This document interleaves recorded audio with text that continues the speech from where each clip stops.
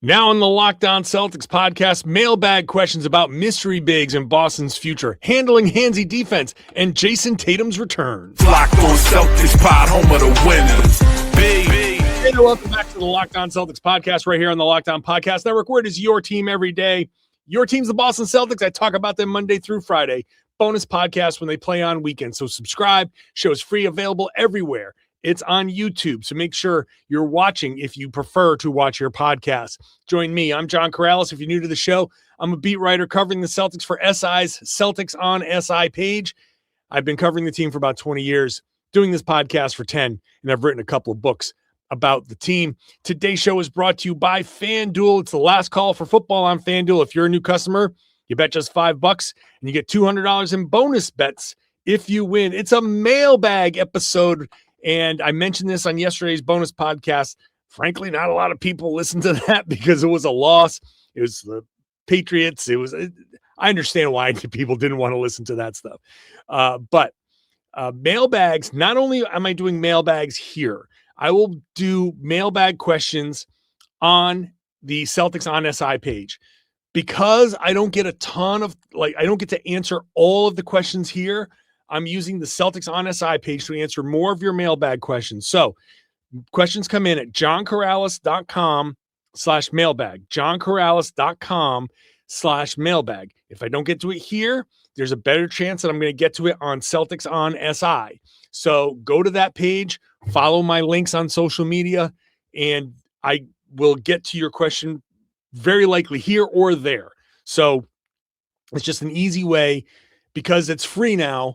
Because I'm not behind a paywall, it's a way for me to do that mailbag and make sure it's available for everybody to see without having to pay. Okay, so now that we're there, later on, we'll get to questions about Al Horford. Luka Garza as an Al Horford substitute. The whole second segment's going to be about Jayson Tatum, Jayson Tatum's return. But let's start with a question about a potential mystery big from Joe, who says, I feel like I've seen a lot of rumors about the Celtics and big man. If I've learned anything from Brad, none of those players will be on the Celtics. Of the players we haven't heard about, are there any big men that you think could possibly be available and be a good fit? So I think the thing to watch for in that regard is the Celtics getting in on a bigger trade. I've been saying this before, and I think this is an underrated part of Celtics trade talk. We hear a lot of rumors. The Celtics may be aggressive. The Celtics are looking to add to their team. They're buyers and blah, blah, blah. And that's fine. But I think the way the CBA forces teams to get third and fourth teams involved in big trades, the Celtics might be better suited to get involved that way and get their big that way. So I've mentioned his name before, and I have no reporting that suggests that this name is even available. But if John Morant gets moved, if this is, he's the biggest name with the big salary to move to another team, I'm looking at, is Santi Aldama going to be available? And he's at a reasonable price. He's at he's a good age. He hits 3-pointers at an okay clip. And I think for what the Celtics would be giving up, getting involved in a bigger deal would be, I think a Santi Aldama type would be the place to go. So it was $18 million this year, $18.5 million, $17 million next year, and then a team option for $17 million. At 25 years old, at a guy who can hit a couple of 3-pointers, a guy that can, play a little bit of defense. Is it the sexiest name? No, but he's also a guy who can give you good minutes, give you that stretch ability. And I'm not saying that that's my number one target, but I'm watching the Celtics try to navigate this trade market. I don't know that they're going to make a 1-for-1 trade. I feel like they're going to have to get involved in a multi-team trade. And so I'm just trying to read which of these teams has a move to make and a center that the Celtics could potentially use. And if the Celtics are going to get involved and use Anthony Simon's contract, let's say, is there a way to get a big back, and maybe, who knows, you're not giving up assets in this regard, so you can keep your other players and you're getting a big back that can help the team. So that's kind of where I am. I honestly, I still think that the Celtics probably stand pat more than anything. So, but if you want to look for mystery names, if you want to look for names that we haven't thought about, look for big names that are potentially getting traded, and look for centers on those teams that could be rerouted to Boston for helping that trade happen. The next question comes in from NJ, who says, Scal talks about the league now adjusting to the Celtics offense by being more physical and handsy at the point of attack. Miami game looked like that was the case until the fourth quarter when the C's increased their intensity. How can the Celtics respond to this new adjustment? Or is it a matter of playing the same but harder and with more effort? Honestly, I do think playing harder with more effort, the handsiness, the physical play, you have to combat that with your own physical play. You have to be able to absorb that sometimes. And I think quick decisions, quick actions, starting with like ghost screens, slip screens, quick things, or just, even if it's just a regular screen, it's a screen where you get out of it really quickly. Nimi's done a good job of this. Luka Garza does a good job of this. Getting in and out of the screen, you're not even really screening, but you've done the job, so get out of it. A lot more short rolls where the physicality at the point of attack, yeah, that's fine, but you're just making a quick decision.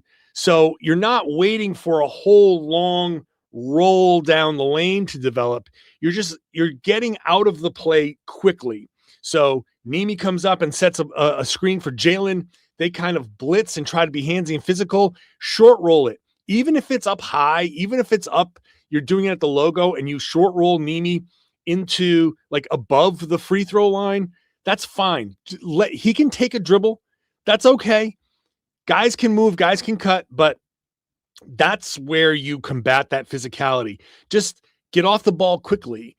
And maybe you'll say, hey, well, that's exactly what the other team wants to do.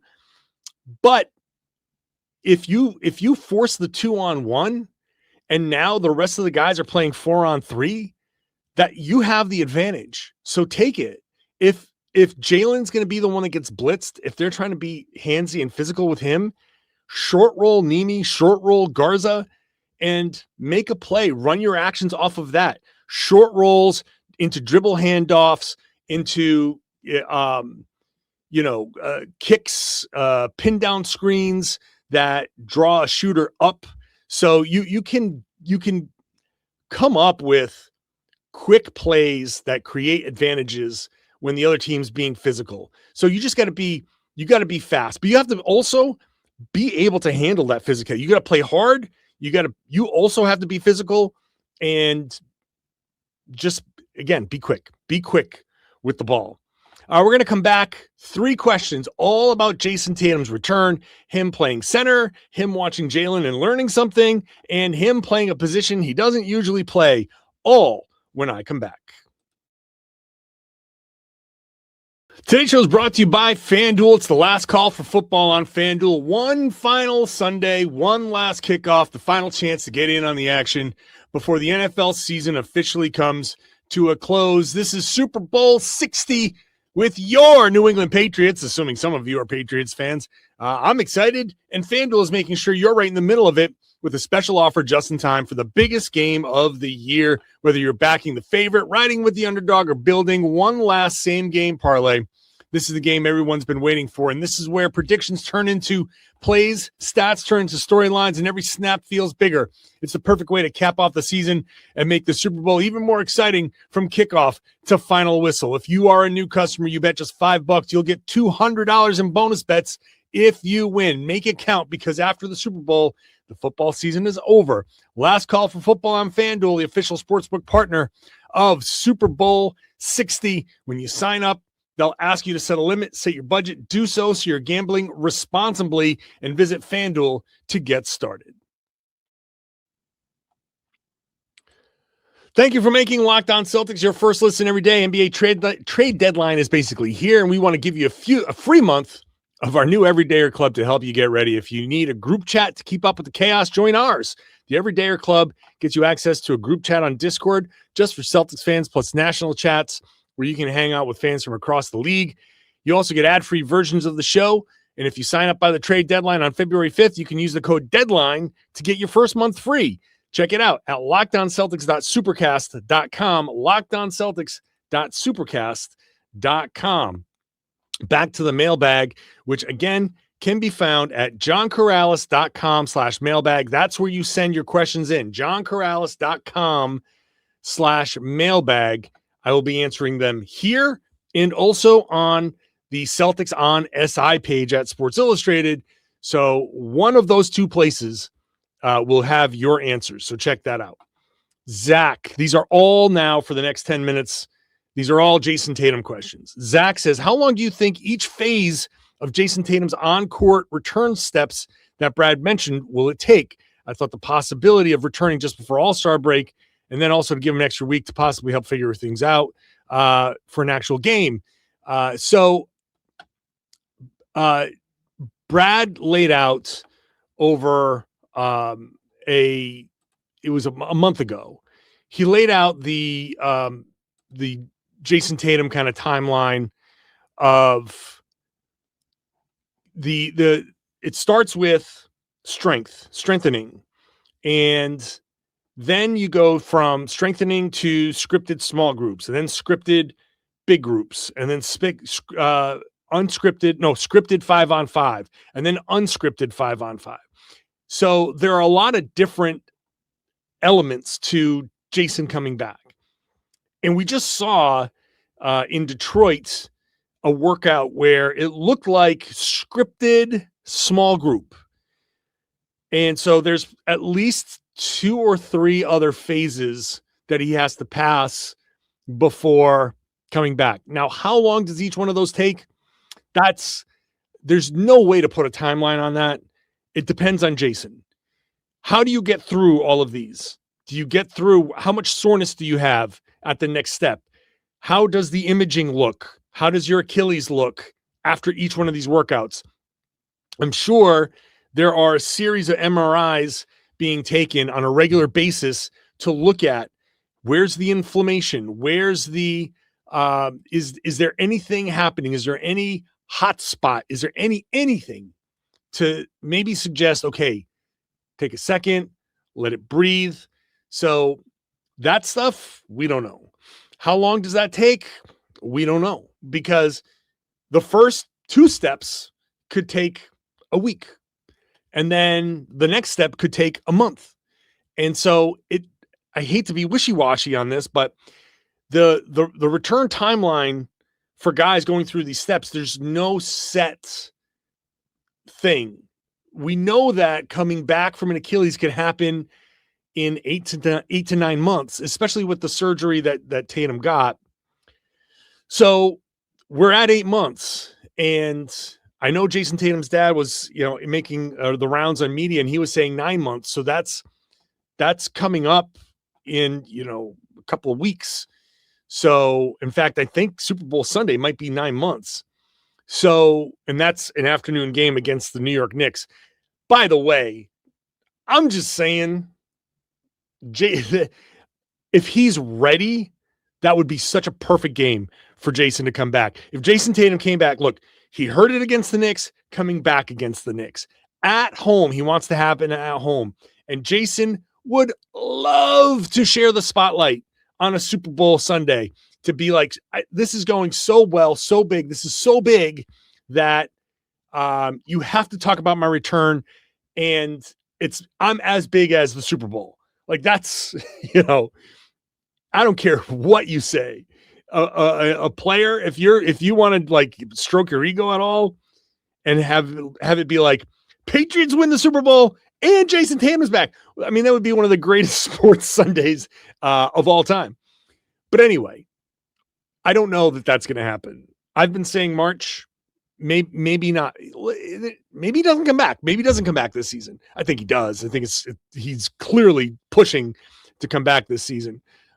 But when, honestly, it just depends on his body and when it feels good. And he's got to go through all the unscripted stuff and scrimmages, and that's going to be the tough part, because there's undoubtedly going to be soreness when all of that happens, and they're going to be super, super careful. So yeah, it's just, all of those steps are going to take time, and he has to clear them all physically, mentally, and be ready.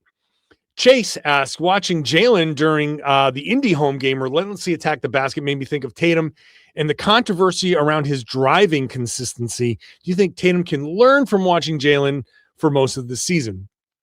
I don't know about learn. He may say, hey, look, getting to the rim, there's something to getting to the rim. There's something to getting to the mid-range. I don't know if I want Tatum in the mid-range.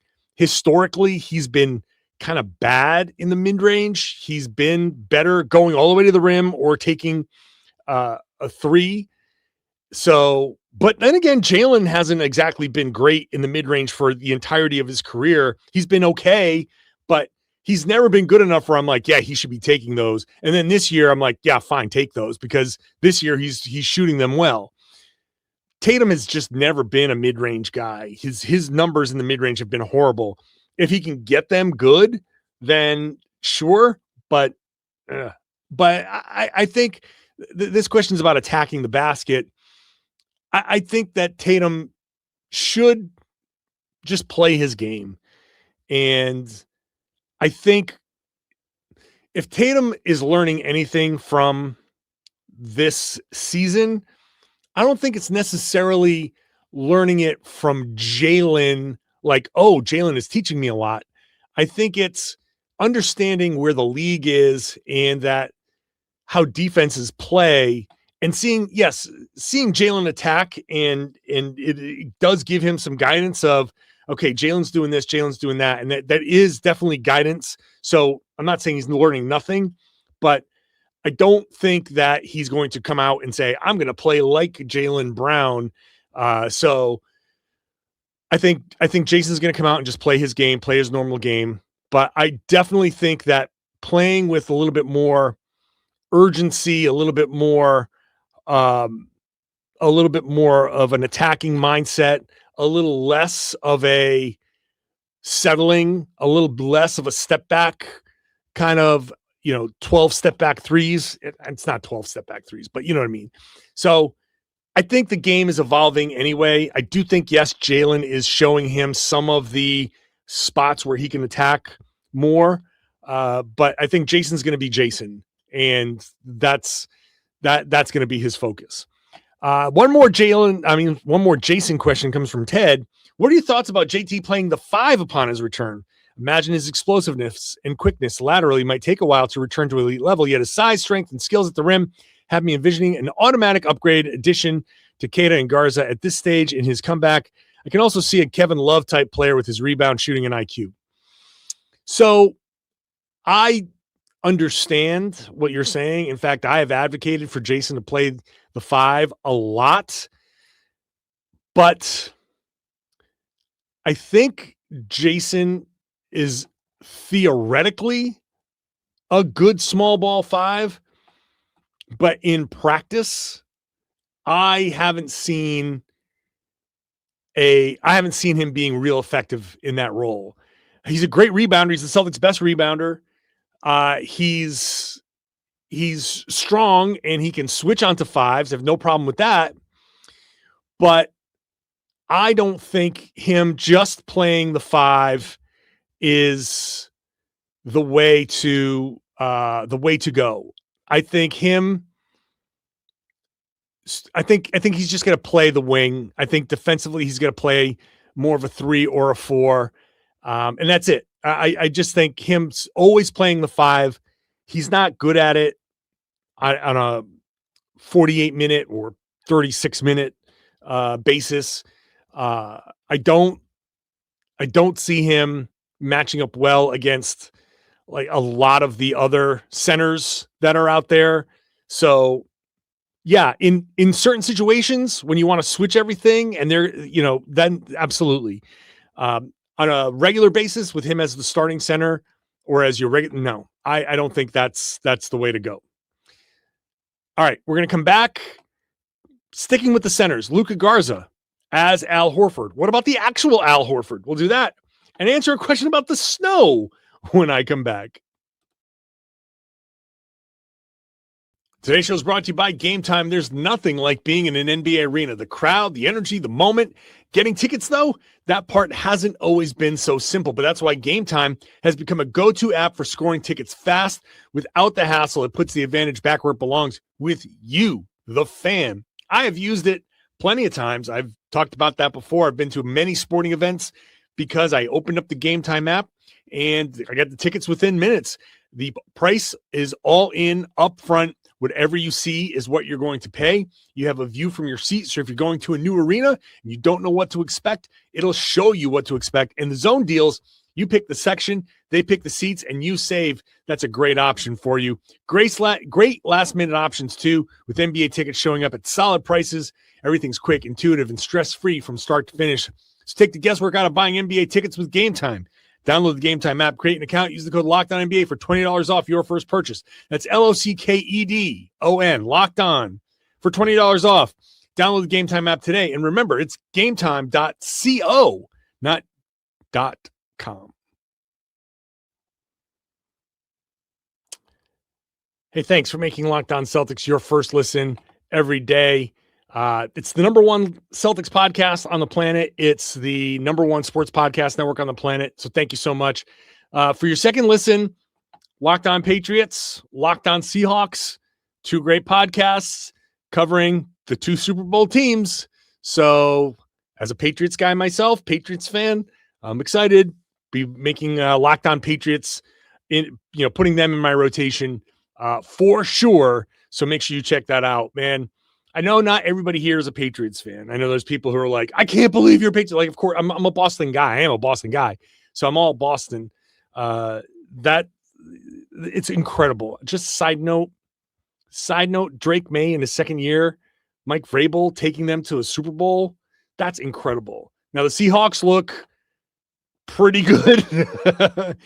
So I don't know how that's going to go, but listen to both of those podcasts leading up to the Super Bowl. It's going to be pretty great. All right, let's wrap up the mailbag. Again, johnkaralis.com/mailbag is where you submit your questions. I will be answering them here on a regular basis, but also at the Celtics on SI page on Sports Illustrated. So make sure you go to both.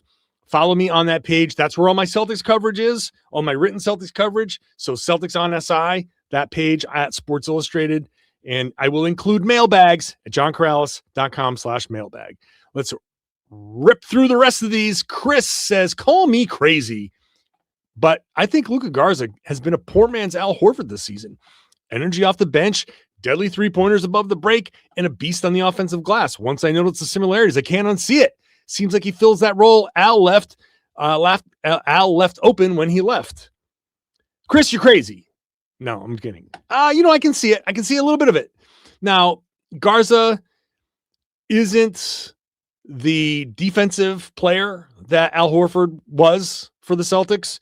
Al could still switch onto perimeter guys and still be okay, but he'll go out there, block a shot or two. He had that one big one against Brooklyn. That was a lot of fun. He obviously the 3-point shooting it's not at the volume that Al has. Al has taken a ton of threes for the Celtics over his time here. So it's not at that same volume, but he's hitting them. I get it. Good screens. Yep. Al Horford set great screens. Most of them were legal, but and he hits the boards, offensive boards. Yeah, like I can see he fills enough of that void. I don't look at Luka and think, oh, that's an Al Horford light. But okay, you know what, Chris? I'll allow it. I think that's fine. That's a fine. They are not the same player at all as far as stylistically, but he when you're talking about boxes to check off, he checks off enough of the boxes to reasonably fill some of the void that Horford left. And I think he's filling more of the void than any of us thought. And that's been great for the Celtics. Ryan and Jonas both have a same question. Ryan says, now that the Warriors season has lost any real hope of contention, is it actually possible for Al Horford to accept the buyout from the Warriors and re-sign with the Celtics for the stretch run? Would he or would they? And Jonas says, Al Horford, let's be third in a Kuminga trade. Who says no? So, first of all, I just want to kind of address what Ryan said about now the Warriors have lost any real hope of contention. I would contend that any hope that they had before was false, and that shouldn't have been part of like I understand that's why Al went, but did anybody really think the Warriors were going to contend? So a couple of different scenarios here. Both of them involve Al coming back to Boston. Ryan's is more realistic because it's a buyout, and because Al left as a free agent, he only signed there for where is he? 5.6 million, 5.7 million, taxpayer mid-level. A buyout is not out of the question. If he wanted it, I'm sure they would say, look, if he wanted it, then sure. Would Boston want him back? Maybe, on a minimum. I wouldn't rule it out. If he got bought out by the Warriors and the Celtics could bring him in on a minimum, that could add some depth for sure. And we know how he plays. We know he plays well with Jaylen and Jayson. I would absolutely not expect it, but could it happen? Yeah, why not? It could happen. As far as being the third in a Kuminga trade, it depends on where Kuminga goes.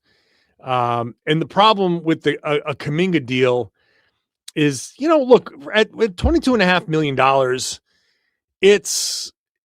you can make a Kuminga deal happen with a team without needing another team involved. Like, it's not such a big salary that you need another team involved. So I don't know that you need to have a third team. If you do, I don't know that getting Al Horford back at $5 million is how the Celtics really would want to go. But again, if adding Al Horford to the team is not a bad thing at all. And personally, I would love to have him back just so I can ask him the question, be like, you left twice, dude, and both times blew up in your face. Do you think there's an Al Horford curse? You know what I mean? Like, Al went to Philly. None of it's his fault. Al went to Philly, and that didn't work. That fit with Joel Embiid was not great. Mostly Joel Embiid's fault. Going to the Warriors, that's been an up and down kind of mess. And this, it's not his fault that Jimmy Butler, tore his ACL, but there they are. And he came back to Boston and be like, hey, another time that you left and just came back. Like, I don't know how many times you can go and come back and go and come back, but I would love to see it. I love Al Horford. I think him being back here and having another championship run would be great. He's always a plus in the locker room. The guys love him. So that would always be a plus. So, but to be realistic, I don't expect him to come back, but let's hold out hope. Why not? And finally, Andrew says, why does everybody stock up on French toast ingredients before a snowstorm? Obviously, it's most of you are listening from a place where it snowed. And if you're in New England, it snowed a lot. I went out there after the Patriots game and shoveled a driveway that I had at least 1.5 feet of snow. And it was still snowing, but I had to get rid of a lot of it just in case it got wet and froze. So I got to go back out there and snow twice. It's a lot of snow when you got to go out and shovel twice. So why do people stock up on milk and bread and eggs? I don't know. If you're getting snowed in, if the power goes out, you're screwed because it's all perishable stuff. I mean, bread is bread. You can, that'll last you for a little while, but why wouldn't you stock up on like cans of soup and, I don't know, like breakfast bars and all that stuff? I don't know. This rush for milk and bread and eggs, I don't know where it comes from. I don't know why it happens. I don't know why that's the thing. I think people just do it now because they think they should. But you can drink something else, man. Stock up on water. Stock up on like canned goods. Stock up on things that you can eat where if the power goes out and you're stuck and you're snowed in, that you can still, like open up a can or a box and eat it, right? It's preparedness 101. I don't know. I don't get it. I don't know the answer there, Andrew. All right. Silly questions in the third segment are always encouraged. Silly questions about me, questions about whatever. I don't care. I'll always be open to answering a silly question at the very end because why not?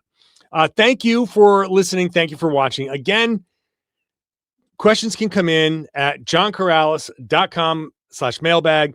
It's the only way I take questions. So johnkaralis.com/mailbag. Get your questions in. I'll answer them here at a regular basis.